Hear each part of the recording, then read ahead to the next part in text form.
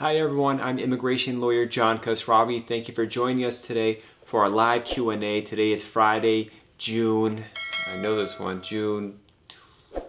what June is it? I always forget, let me double check. Right before June 12th, obviously. Today is June 12th, Friday, 5 p.m. Pacific time, doing our regular 5 to 5:30 every weekday live QA question and answer session about U.S. immigration on TikTok every day. Immigration lawyer John is the user handle. But today, Friday, Facebook, we're here, JQK Law Firm. The video of this is available on YouTube as well. Thank you, Sheikh. Thank you for the 12th. Again, the YouTube video will come available so you catch up on it, and we'll be back again the last day of the week to catch up on some questions and answers y'all might have about the immigration process. Just as a reminder, this is educational only. This is not case-specific advice. You should consult with an attorney in private. Results vary. Immigration system is very inconsistent, so you never know exactly how a case is going to come out, unfortunately.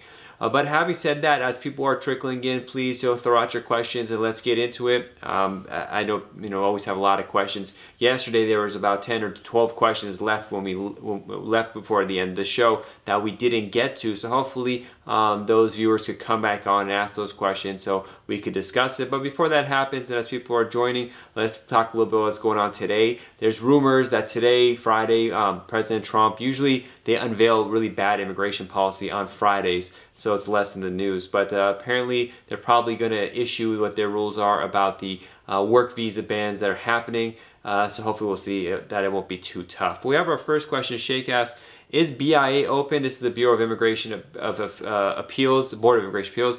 My asylum was denied and I appealed 18 months ago. Yeah, they're open. They just take a long time to do these things. There has been no word that they closed. Anything in immigration that requires them to review stuff behind the scenes never closed down. It's just stuff that required in-person interaction with an immigration officer. Those, other than at the border, those have been shut down, whether at the embassy system or at USCIS. But they're still processing stuff at the service centers of USCIS. These are the offices that review them. And at the embassies, they've been shut down. But the National Visa Center, for example, has been working normally, so it hasn't been an issue. And that's why I tell people, if you have a marriage case, you have a fiance case, file that I-130, I-129F, get it started. I've had people say we were waiting for things to open. I'm like, no, you're wasting time. They're open, they're processing. If anything, a lot of those officers who used to do interviews, now they have free time. So instead of doing interviews, they're doing paperwork. So some things are actually moving much faster than before. Walud asks, is it possible to file a marriage-based I-130, I-485 in a different state than the state of residence? No, that doesn't work that way. You file first of all, an I-130, I-485 combo. This is when you do a family-based green card case while in the United States. That all gets sent to Chicago, and the basis of where it's going to get processed eventually is based on your residence. So it's not like you could choose a different location. The initial processing in a service center is pretty much randomly chosen. It's not up to you or anybody, just they randomly choose it, whether Nebraska or Texas. And eventually when you do an interview, if an interview is required, it's dependent on where your residence is. So you have no control over that, so don't try to strategize or do anything like that. It doesn't work and shouldn't waste time on that. Horeb asks, I am married to a U.S. citizen and have been in the U.S. 2 years so far but still have no citizenship yet. Yeah, if you're married to a U.S. citizen, you got to file for a green card first. After having a green card for a few years, then you file for citizenship. So you're going about the wrong way. It's not how the system works. Just by getting married, nothing happens. First, after getting married, hopefully talk with a lawyer as soon as possible. You file for that green card. It depends on your finances, your relationship history, your existing status, any criminal history, all that kind of stuff. If the green card's approved, then you have to do another thing. So just consult with an immigration lawyer in private to get into that. The town asks, could you talk about the O1 visa? So I'll do a brief overview, why not? The O1 visa is a visa for extraordinary ability. So these are people who have talents in various areas, not just acting and music and sports. It could be business people, it could be scientists, it could be all sorts of stuff. If you're really good at what you do, we have a visa called the O1 visa, and you have to prove certain things, like you make a lot of money in what you do, You won awards in what you do. You've had articles written about you in magazines, interviews about you. You've published articles that have high citations, it's well known. Just whatever we can do to show your notoriety and success in your field to rise above the average. And you have some work lined up in the United States, an itinerary of work, and then you could apply for an O1 visa. Right now they're coming pretty fast, surprisingly. But on the other side, since President Trump came, we're seeing really nasty denials when they're really unjustified. I've seen colleagues do those. So there's good and bad with this, somewhat faster, somewhat worse. But the O1 visa is a great vehicle to use, especially because the H-1B visa has gotten so difficult, so troublesome. A lot of people, for example, in the tech industry, if they're really good, why go for an H-1B, which has a cap as a limitation? Why not do an O1 that can be extended indefinitely? Just do that. So if someone has a job lined up and an employer that can act as an agent, they file for the O1 for them, and they come and just keep renewing that O1. But you have to have some notoriety. H-1B, you have to have a degree. O1, you have to show you're very successful at what you do. But it's possible, you got to dig in deep and see what you've done to show to the USCIS, the Immigration Service, that you're good at what you do. And so it's a temporary visa, the O1. You have to keep being renewed. There is a green card category called EB1A, extraordinary ability. Very similar to it, but much harder. You have to be the cream of the crop at the top to be able to get the green card based on extraordinary ability. So a lot of people who have O1s call me because I focus more on EB1As than O1s, and they say, I got an O1, I want to do EB1 now. I've already shown that I'm extraordinary, so it should be easy. And wrong, it doesn't work that way. The standards are much higher for an EB1A. So even if you had an O1 approved several times, it does not mean at all that you're going to be EB1A qualified. They're more stringent. So that's the green card version if someone wants to stay here. The good thing about the green card version EB1A is you don't need a sponsor. You don't need to have a job lined up. You don't need someone petitioning for you. You could do it for yourself. And that's great because it's independent. That's why I do EB1As, but not a lot of other categories, because I don't like to have two parties, a boss controlling someone else. I like someone filing for their own green card case. But the O1 is the extraordinary ability. There's a difference, O1A and O1B, depending on whether you're in the acting industry or not. That's O1B. So I'm not getting into the complications of that. There's O2 if you have some vital people you're bringing along with you. For example, you're a top chef and you have a sous chef you want to bring with you. And then O3 for family members as well. But these have to be renewed relatively quickly. There's an issue of the itinerary. You have to have jobs lined up, which gets a little tricky depending on which officer's reviewing it and how strict they want to be. So there's a lot of stuff going on in the O1. If you're interested in email me, let me know what job field you're in. I have a colleague who specializes, just focuses on people doing O1 in the video game industry. And so if someone came to me for that, I would say, you know what, go to her. Jeannie Doy is her name. She's much better at that. She focuses on one area. I have another colleague who focuses on people who are in track and field, so running, track and field, throwing stuff. She knows that field really well. I say, okay, go to her. Her name is Ksenia Mairova. I'm really open to people getting the best service possible. So I always say, go to a person who really knows your field, because the O1 is so much paperwork required to show you're the best. If someone understands your field, they could do a better job knowing the ins and outs of it and describing it and be able to get the connections you need to do it, as opposed to someone who's never touched that area before. So if you're interested, just email me, break down what your job is, maybe your resume, and we'll see what we can do. My email is info@jqqlaw.com. And we'll take it from there. So thanks for your question. We don't usually talk about those kind of visa categories. I'm glad you brought it up just to change it up a little bit. Miad asks, I called USCIS today. There was a voice auto message that said they didn't start rescheduling yet. Yeah, so they haven't really started rescheduling immigrant visa cases. I mean, these are adjustment of status cases for green cards. They're really just focused on naturalization. So you just have to be patient. When they do it, they do it. Is that it? And Mia follows up, only the emergency appointments, is that right? No. You could schedule an emergency appointment for an info pass if you need to go and talk with them, or if you have some sort of urgent reason to show that you need an appointment. Maybe if you're doing the diversity visa green card lottery, where if you don't have your interview and approved before September, your case is denied, maybe you can make an argument that there's an urgency there. But if you're doing a marriage green card case, whether you have your interview today or 4 months down the line, it doesn't really matter much for emergency purposes, because there's no deadline in that sense. So it depends on your case. Consult with an immigration attorney to get case-specific advice. Kaisha asks, my brother is a dependent immigrant case, is now waiting for interview. How long it takes for the interview? I don't know. It just takes however long it takes. You got to be patient. Dispo asks, I did my I-90. How long will that take to get fingerprints? It depends. Whenever USCIS is ready, they'll send you a fingerprinting appointment. Citizen, my brother came in America as husband, but he divorced. Well, Sid, your brother needs to, so brother got a green card, in this case through marriage, but divorced. We need to see if he had a 2-year conditional green card, not because there's a removal of conditions time.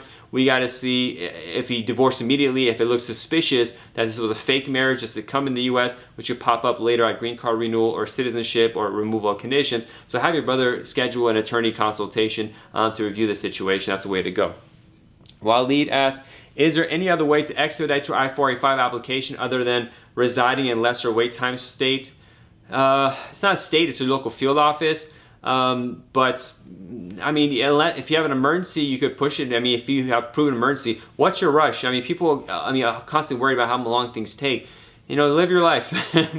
But if you have a reason that shows there's an emergency or something, call them up, explain what it is. Consult with an attorney first, because people, when they do stuff on their own, they ruin things and they say too much sometimes, and because they're trying to be over the top and it creates problems. Consult with the lawyer and see what you can do. But I mean, overall, you probably just have to be patient. Sheikh asks, does BIA approve cases mostly, or should one expect an out from prior to? Every case is different.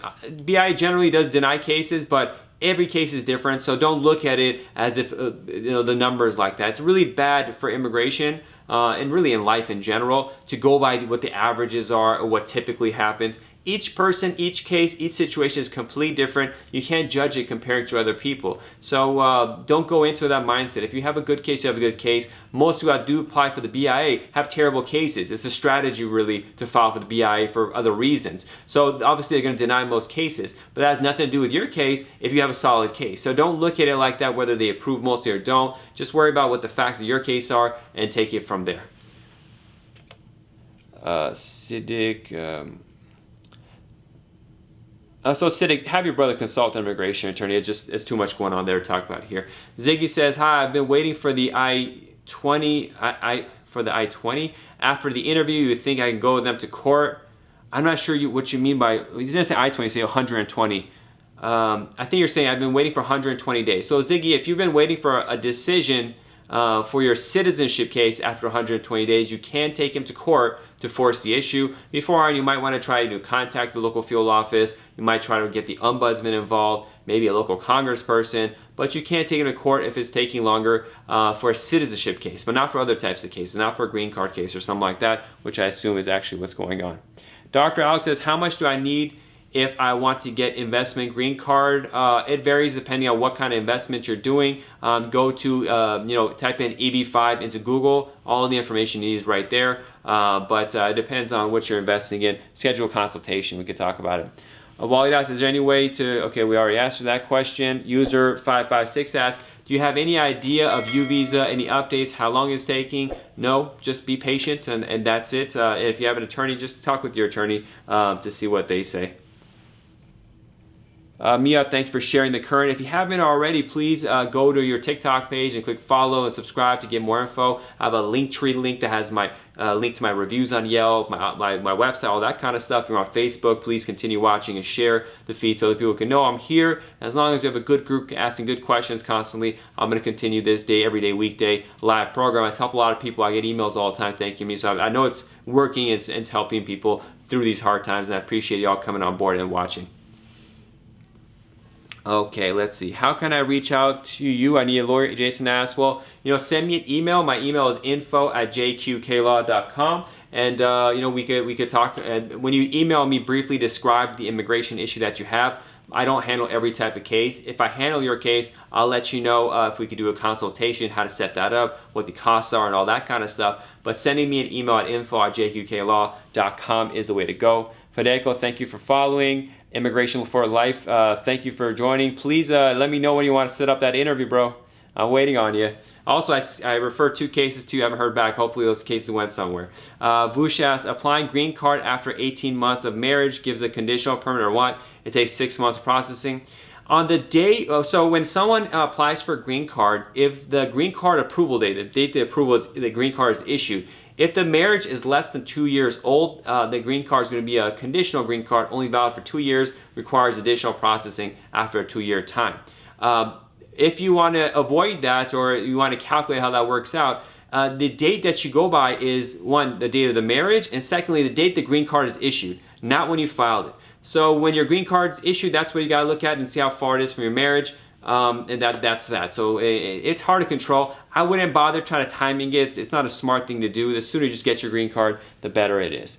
Miad asks, my appointment was on November 26th. I went to the office. I was told me they didn't get my file from immigration office, and he told me to go back and wait. Yeah, that happens. And then you got another interview that got closed because of COVID. But you never actually had an interview, so there's no lawsuits there. You just have to be patient. It's unfortunate you got stuck in this bad bureaucratic issue, but that's just something that happens, and you got to be patient and just wait for your interview to pop up. Shake says, thank you so much, I appreciate it. Your way of talking, explanation is great, would recommend. Oh, thank you so much, very kind of you. You know, every immigration attorney, a lot of people are doing videos. Every immigration attorney has their own style of doing it. Some people like me more, some people like other people more. But the main thing is there's information out there to help, and that's the most important thing. Ziggy says it was for F400 citizenship. Yeah, I don't think you can file for a lawsuit because you haven't had your interview. Maybe you can, I don't know. I don't. Maybe you can say I came there and they messed up. Maybe you can do it. But I mean, if you want to deal with the costs associated with all this kind of stuff, you know USCIS has been closed. So in citizenship cases are the priority for rescheduling. They're just starting to reopen. So give it some time. Don't jump the gun. Maybe if you like, contact your congressperson to help make sure you're a priority there, or an ombudsman or something like that. But lawsuit, I mean, give it a shot. You know, whatever you like to do. City says right now they are giving visiting visa. Right now they're giving no visas. The embassies are shut down, so no one is getting any visas right now. Then if it were open, it depends on what country you're from and all these other matters. So definitely just consult with an attorney or the person applying for it to see what's going on. So I got to adjust the Facebook feed. Okay. Shake says, recommend you as a YouTube channel as well. Thanks once again. Oh, thank you. Yeah, thanks for bringing that up, Shay. Appreciate it. The YouTube channel, I'm really focusing on having a good time doing it. So the recording of this is there. I have a lot of clips, a lot of pieces of information. I put out more information, I think, than any other immigration attorney in the last month. And I'm going to continue that for a bit, see how that helps. So if you haven't already, go to the YouTube page, JQK Law Firm on TikTok. If you click on the link tree, there's a link to it. Subscribe, follow. If no more people are there, the more, you know, if I see there's people wanting this information, I'm gonna put more information out, and we'll do it like that. Mia asks, do you think my green card date will be the new date? I can't remember what our questions were, but I don't know. I can't answer some case-specific advice like that. Mia, we schedule a consultation. It's just too much going on. Momi says, what is the 4-year and 1-day rule? It's not much of a rule anymore, but it's regards to citizenship. So if someone is applying for U.S. citizenship, typically if not married to a U.S. citizen, they have to have a green card for at least 5 years. And within that 5 years, they're supposed to have continuously resided in the United States for half of that time physically. You've got to count that. And never have had absences really of more than 6 months, definitely not more than 1 year. If someone is out for more than 1 year and re-enters the United States, they have to at a minimum wait 4 years and 1 day before they can apply for citizenship, because they got to reset the times. I don't want to go too much into detail, but that was the case until about a month ago when they got more strict, and essentially you have to wait 4 years, 6 months and 1 day now to do it. Essentially it resets the whole clock on citizenship for the 5 years essentially. But yeah, it's about citizenship, so the 4-year 1 day rule is not really a rule anymore. It's not reliable, very difficult to do it. More likely you have to wait 4 years, 6 months and 1 day. Because even if you're out for more than 1 year, which is the point of the 4-year 1 day rule to reset things, now they're going to say, well, you're still out for, there's a 6-month period of time you're out. Now you need to overcome the abandonment presumption after 6 months for applying for citizenship. I feel like the thing that I'm saying is going to be too complicated. But in essence, if you're out for more than a year, just consider every time you spent in the U.S. reset and start over again. That's the real rule, as how it's actually going to be played out in the future because of what this administration has done to updating the citizenship rules. Jane asks, do you know what is the time frame for an application responded to? No, there is no time frame. You just have to be patient. There's absolutely no time frame. Wag, thank you. You're welcome. I appreciate that. When will SF San Francisco courts reopen? Check with the website there. I mean, you got to keep in mind, when is San Francisco going to reopen? You know, there's a wider issue there. So they can't open up the courts if the city is shut down. So what you need to do is just keep an eye on what's going on in the city, check the court's website, and you'll know. User 535 asks, hey, did you know when U.S. Embassy will open back? The embassy sent a welcome letter waiting for schedule. So the embassy is working, that's no problem. When will the embassies open up? Just same questions as the previous one, as every day I ask here. Whenever COVID-19 becomes less of a threat and people are allowed to go back to business and stuff like that from across the world or in the country that your embassy is in, that's when it'll happen. It's not up to me to know. Nobody knows at all in the world right now. It just depends on when they feel safe in that country. And so it's kind of like asking, when is COVID-19 going to end, or when are we going to feel safe? You know as much as I do what the answer to that question is. Donia asks, I applied for a green card for my mom and dad and still didn't receive it almost 3 months. Yeah, it's going to take much longer than 3 months, so that's nothing abnormal. Ziggy asks, and thank you so much for your help. You're welcome, Ziggy. I appreciate it. Thank you for joining and watching the feed. Definitely join on YouTube and let us know what's going on. So there's a lot of good, bam questions we popped in there. I'm glad I can answer them. A lot of things all over the place. The citizenship question is really important. It's such a priority now with the shutdowns and they're reopening USCIS for interviews. One of the main areas that they're focusing on and they're going to issue appointment notices first are for people who have citizenship interviews. And they're also, in many offices, going to do same-day naturalization. So if you go to your interview, your citizenship is approved, they're going to do the interview, the oath ceremony to get your naturalization certificate right there. And, I just popped my head right now.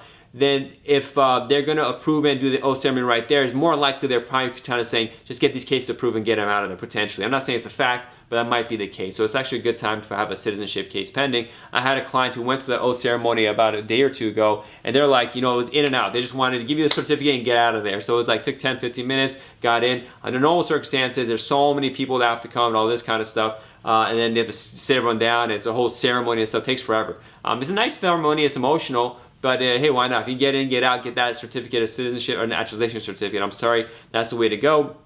Just make sure to read it so there's not a typo as to your date of birth, there's not a typo as to your name, all that information, your A number. You don't want to have typos that you got to fix later. That's not going to be good. One big problem is this. If you're going to change your name at the oath ceremony, if you had requested your citizenship name to be changed, you have to have your oath ceremony typically in front of a judge to do that. A judge has the authority to change someone's name. If immigration officers are going to do it, employees of the USCIS, they normally don't have the authority to do a name change on their own. A judge has to do it. So maybe if you had a citizenship case pending and you wanted to change your name, they potentially may not do that. So you may have to just change your name later through the local superior court or local court, whatever you call it in your jurisdiction, in your area. But yeah, the name change is going to be a big problem for those who have citizenship cases pending. Maybe if your interview is approved for your N400, you ask the officer, hey, I don't want to do my oath ceremony today. I'm going to wait till judges come back so a judge could do it to save me the hassle of having to change my name again later. So that's just so, these issues pop up that we don't expect. Just be prepared for that name change issue if you're doing that at naturalization. Donia, you're welcome. Thank you. I appreciate the kind words. Travel Boy says, I'm waiting on my permanent green card. I received a letter for 1 year extension. Yeah, you gotta wait. That's about it. It just takes a while. Okay, so we have a lot of different people joining. Thank you. Yeah, the wait's the wait. There's nothing you can do about that. They're understaffed. The news is now that they don't have enough money. They blew through all the money with really stuff they're doing that I think is inappropriate. So USCIS potentially next month is going to be furloughing thousands of employees, a bunch of the workforce. So if you're worried about wait times now, and you get these questions every day, how long are things going to take? They may have people stop working because they don't have enough money. If that happens, things are going to go even longer and longer and longer. So that's why when you ask or worry about timelines, you don't know. That's like asking what the future is. What's the stock market going to be tomorrow? I don't know. If I did, I wouldn't be doing these videos right now. I'd be over with Bill Gates and Warren Buffett. So the reality is, you don't know how long these things are going to take. These people might be furloughed. If that happens, they're going to sit on your case, and we have no idea it's going to happen. At the same time, COVID-19, this and that, and this and that, and cases are different. So please, please, please don't worry about timelines unless it's been way outside regular processing timelines. And you can look up regular processing timelines on USCIS.gov. What the best thing is to do is just talk with a lawyer. A lot of lawyers do free consultations. There's a lot of pro bono agencies. Not talking to a lawyer right here on video because I can't review your case receipts, your passports. I can't review documents here. But go talk with someone in private. If you can afford it, better pay for somebody. If not, try to find someone who will help you go through it. Make sure to go to an actual lawyer, not someone who claims to be a lawyer. Go read reviews. Make sure they have a law degree. Don't go to paralegals for help on an individual case. Some paralegals are great, but at the same time, they're not don't have the same responsibilities that a lawyer does. You can't complain about them if they're wrong. Like, I could lose my job if I need bad information. So, just do your due diligence and do your best like that. Ain't asked, what do you think will happen on DACA? You think anything will happen by November? Well, it's like mind reading. Probably DACA, I don't know what's going to happen. I mean, if they cancel DACA, we might have more protests. So that's one thing that may just push things down the road. But this is about politics, and politics, you never know what's going to happen. And it's like people who are thinking Hillary's going to get elected and Trump did.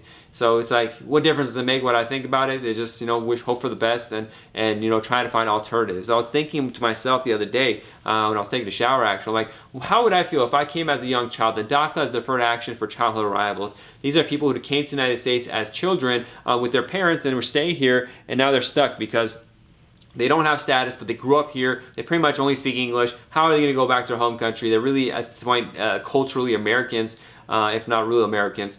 And so I'm like, what would I have done in that situation? And I'm like, what, if I live in a country in the US where some people want to like hate me and want to kick me out, I'd have a backup plan. So I'm Iranian background. I would have learned to speak Farsi if I was forced to return to that country. So I'm fluent in it, so I'm prepared. And now think about what kind of businesses exist that I could do in the US, learn a skill, so if I go back home, I could do it. I hate to say this means like be prepared to go back home, but have that option. Why like limit yourself to live in a country where you're not welcome? I love DACA people. I hope they are able to get a path towards citizenship. That's my personal belief. But as a practical kind of thing, DACA people should just have backup. You live in a country where some people hate you, just like people hate me, and I get hate mail too sometimes. It is what it is. Have backup prepared. For Iran, it's harder because it's from a country that's like pretty crazy, and the U.S. has sanctions. It's really hard to do business there, so I could probably apply for asylum or something like that if I was forced to go back. But if you're from Mexico, for example, or you're from South America, which is a lot of these cases, if you're grown here, you don't speak Spanish, there's a lot of DACA kids who grew up here only speak English. Learn how to speak Spanish properly, just to be prepared if you got to go back. Learn what kind of businesses needs are in Mexico City, where a lot of the money is. Learn things that if you go to Mexico is transferable. For example, if I'm an immigration attorney in the U.S., and if I go to any country in the world, I could always still be an immigration attorney because people want to come to the U.S. I'll just have an office in that country and help people out. So you got to just think creatively. This is outside immigration. This is just personal kind of stuff. Think, how could I be prepared? And same thing with COVID-19. Get a job that doesn't get affected by COVID-19. So right now, the reason I started doing video a lot is because I'm like, well, I could be at home, which is where I'm at right now, do videos, people call me up, I get the case, and I can continue making a living despite the fact that large swaths of the economy are shut down. And this was intentional. When I decided what fields I'm going to go in, I wanted something where I don't have to appear in court all day, and it doesn't require me to be somewhere. I was all planning this kind of stuff out, so you really have to do that to plan out the future. And then once you have one thing that's working well, think about alternatives, how to do it. So not only do I help consumers like yourself, people who need legal lawyers for help, I also help other lawyers. So I have a secondary business, which is educating other immigration lawyers about how to be an immigration attorney and how to run a law firm. And then I'm going above that. I'm teaching all lawyers how to do online marketing, like the stuff I'm doing right here, right now, to have you here. So there's a lot of things you could do to say, that's why don't leave your hands, like your life, in the hands of a politician. Is DACA going to happen? Is Supreme Court going to happen? I say forget those people. Do what you got to do to be dominant in your world. Don't rely on someone else making a decision, signing some bill, or giving you a piece of the pie. What is DACA? Every 2 years you have to pay a bunch of money to renew a work permit. Forget that. Do what you can to have a business that's international. Work your way up. Not everyone's going to do this. Most people won't, but do it. Learn the languages. Learn the business that are international to support yourself and your future and your family, so you don't have to rely on some politicians making a decision on what's going to happen in your future. So if you're a DACA student in your early 20s, mid-20s, and you're looking this, you're worried, think about how could you save yourself from this situation. Consult a lawyer too. Sometimes I had DACA people who could have got a green card a long time ago. They didn't even realize it. So there's options as well like that. But if you ask, well, my thoughts are about DACA, that's my thoughts. Worry about yourself, take care about yourself, and don't put your hands into some person in Washington, D.C. to make a decision about your future. Take the reins of your life in your own hands and take it to the next level. Lala, thank you so much. I appreciate that. I got all up there. Okay. But thank you for good advice. You're welcome. I wasn't really expecting to give that kind of advice today, but hey, why not? This stuff I believe in, and it's just so important. I've been there. I have a foreign background. I was born and raised in America, but I But you know, Rand, thank you from hello from North Africa. But I see what happens, and the good thing about having a mixed background like myself, being raised in America but having a foreign background, is I really understand people, and it helps me both in my immigration practice and dealing with people. So I get along with everybody. It's really easy for me to get along with some from South America, Central America, Europe, Australia, China, and there's that it's cultural fluency. I'm able to talk with them easily because I know what's going on. So that's so important to have that in a place like Los Angeles. It's really easy to do because it's such an international city. But that's it. You know, take care of yourself and don't rely on other people to do it for you. Unfortunately, that never works. Sunny asks, what's the next process for I-360 approval? Probably filing for I-485. I don't do I-360s, EB4 category, so I would say, you know, consult with the lawyer that does that kind of case. They could advise you better than I can. It's just not my specialty. So we're nearing the end of today's program. Sorry, I got on a rant there. I kind of enjoyed talking about it because it was like really, I believe what I was saying. I was liking what I was saying myself. I'm like, yeah, there we go. But if you haven't said a question, let me know one more question before we end at 5:30. We'll be back again here Monday, 5 p.m. Pacific, live on TikTok, and Mondays is also on Facebook. Again, Monday, Fridays on Facebook, every day, every weekday on TikTok, Immigration Lawyer John, Facebook, JK Law Firm. But please go to the YouTube page, subscribe, get the updates, comment, all that kind of stuff, and to develop this community to talk about things that'll help you. I don't want to speculate, and that's why a lot of lawyers are going on YouTube talking about what if visa bulletin this, what if, you know, DACA this. What ifs don't matter. Let's talk about what actually is happening, and that's the key. I don't like to guess. Let's just talk about the facts. So last question, KWTS, my I-130 was approved in 2014. What's next? Well, it depends on what kind of I-130 you had approved. Depends on what the relationship with the family is. So there's different timelines based on what kind of I-130 it is. So you have to, you know, think about that and then see other things related to your status. So that's a big question. I need to know a lot more about your background to be able to talk about that. Just schedule a consultation and we can take it from there. Pod says, take care and safe. See you Monday. Thank you so much, Pod Shala J. Kumar. I appreciate that. Thank you so much. What a great ending. I appreciate the kind words. And thank you for everyone who's listened and stayed till the end. It's wonderful to be able to come and join you on your phones and your homes and just to talk and hopefully talk some sense too and talk some knowledge, education, and just help me through that. KWT, you're welcome. Thank you as well.